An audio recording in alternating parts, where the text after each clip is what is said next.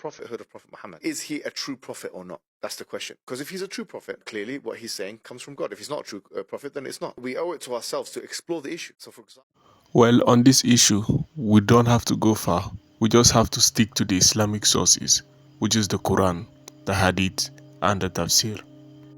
Muslims do not know how easy it is to prove that Muhammad is a false prophet, which I will clearly do right now.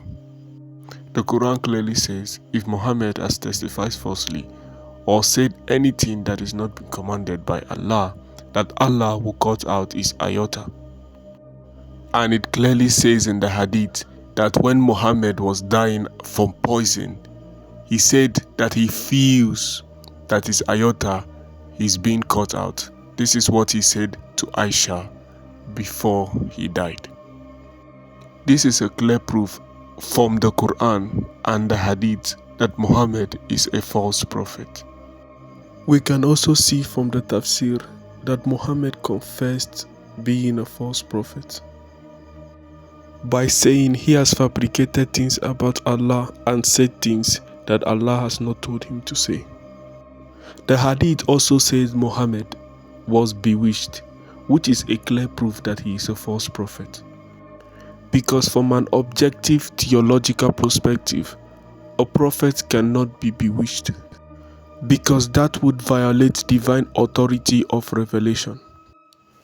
Meaning the divine revelation must be infallible, without error or corruption. If a prophet is possessed by a demon, it will violate the theological doctrine of divine purity. Meaning every prophet must be pure spiritually. That way, a demon cannot possess their body. Number 3, it violates God's divine will.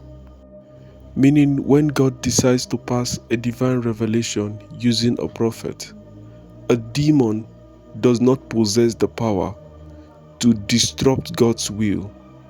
This is the reason why a prophet cannot be demon possessed.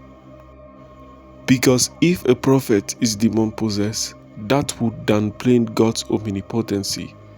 As a matter of fact, that would actually mean that God has been defeated by the power of that demon, for that demon to have the ability to take over the body of the prophet, thereby leading the prophet to say false message that God has not sent the prophet to say, just like I have showed you in the tafsir, where Muhammad himself confessed to have fabricated things against God. This is a clear proof from the Quran, the hadith, and the Sunnah that Muhammad is a false prophet.